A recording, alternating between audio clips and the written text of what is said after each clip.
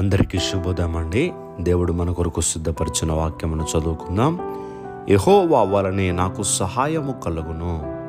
ప్రియ దేవుని బిడ్డలారా, భూలోకములో మనం ఒక మనిషిని సహాయం అడిగినప్పుడు వారు సహాయము చేయకపోవచ్చు లేదా చేయవచ్చు. కానీ చాలా సందర్భాలలో మన పరిస్థితులను బట్టి ఇతరులు మనకు సహాయం చేస్తారు.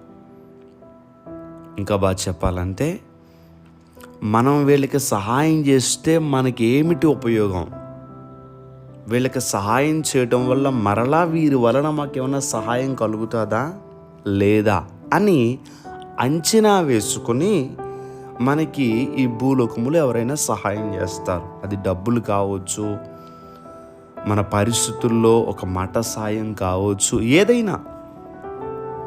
కానీ దేవుడు చేసే సహాయం వేరు.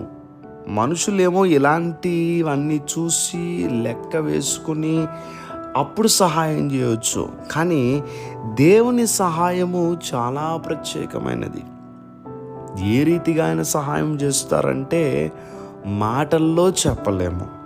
ఆయన సహాయము మనిషి యొక్క ఊహకు కూడా అందనటువంటి సహాయం చేయగలడు ఆయన. మనం సహాయానికి ఏం చేస్తామంటే కొన్ని లిమిట్స్ ఉంటాయి.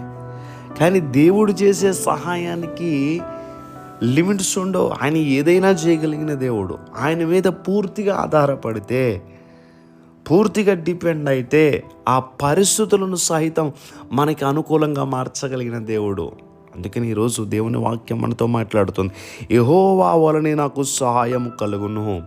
ఈరోజు నీ కుటుంబ పరిస్థితులను బట్టి, నీ చదువులో, నీ యొక్క ఉద్యోగములో, నీ యొక్క వ్యాపారంలో ఏ సహాయం నీకు కావాలి, పూర్తిగా దేవుని మీద ఆధారపడు. దేవుడు తప్పకుండా నీకు సహాయం చేస్తారు ఆయన. కొంతమంది చదువుకునే బిడ్డలు, నేను ఎంత చదివినా నాకు జ్ఞాపకం ఉండటం లేదు, నేను మర్చిపోతున్నాను. ప్రభువుని అడుగు, ప్రభువా నాకు జ్ఞాపక శక్తిని ఇవ్వండి. ఎవరికైనా బుద్ధి జ్ఞానం తక్కువగా ఉన్నట్లయితే అడగమన్నాడు ఆయన. అడిగితే ఇస్తానన్నాడు ఆయన. అందుకని నీకేది కావాలో నువ్వు దేవుడిని అడిగావనుకో, తప్పకుండా ఇచ్చే దేవుడు ఆయన. నీ పరిస్థితులను మార్చగలిగిన దేవుడు. ఒకరోజు ఇశ్రాయేలు ప్రజలు ప్రయాణం చేస్తూ వస్తున్నారు. ఆ వస్తున్నటువంటి సమయంలో అక్కడ ఉన్నటువంటి నీరు చేదుగా ఉంది. ఆ చేదుగా ఉన్న నీరు తాగలేకపోతున్నారు అందరూ కూడా. దేవుడు ఏం చేశాడంటే భక్తునితో మాట్లాడి, ఇదిగో నువ్వు ప్రార్థన చేయి, ఈ నీళ్ళను నేను మారుస్తానని అక్కడ చేదుగా ఉన్నటువంటి నీళ్లను మధురంగా దేవుడు మార్చేశాడు. అది దేవుడు చేసే సహాయం. చేదు కాస్త ఏమైపోయిందంటే మధురంగా మారిపోయింది. ఒకానొక సందర్భంలో వారు తినడానికి తిండి లేదు. వారు అరణ్యంలో ప్రయాణం చేస్తున్నారు. అరణ్యంలో లక్షల మందికి ఆహారం కావాలి.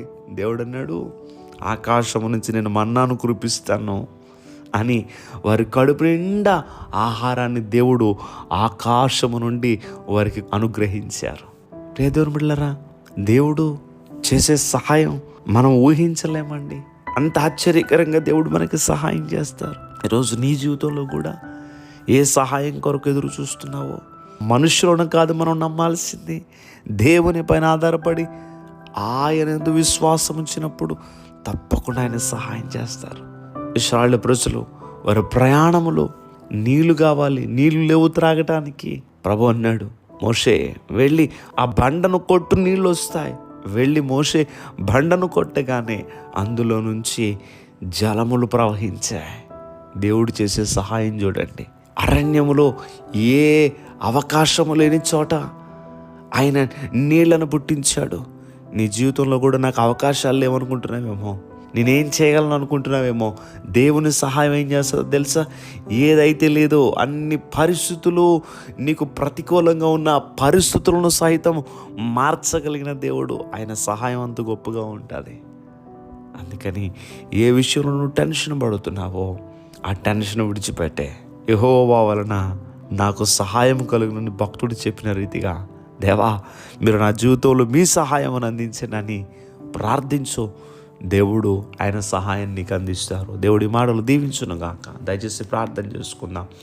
మమ్మల్ని అత్యంత మికిలిగా ప్రేమిస్తున్న మా ప్రియ పరలోకపు తండ్రి, ఈరోజు నీ బిడ్డలు వారి పనులు ప్రారంభిస్తూ ఉండగా నీ బిడ్డల పనులకు తోడుగా ఉండి వారికి ఏమైతే అవసరాలు ఉన్నాయో మీ సహాయం వారికి అందించి వారి పరిస్థితులన్నింటినీ కూడా మార్చి నీ బిడ్డలు చేయి పట్టుకుని మీరు నడిపించమని యేసుక్రీస్తు వారి యొక్క నామం పేరట అడిగి వేడుకుంటూ ఉన్నాం మా పరమ తండ్రి.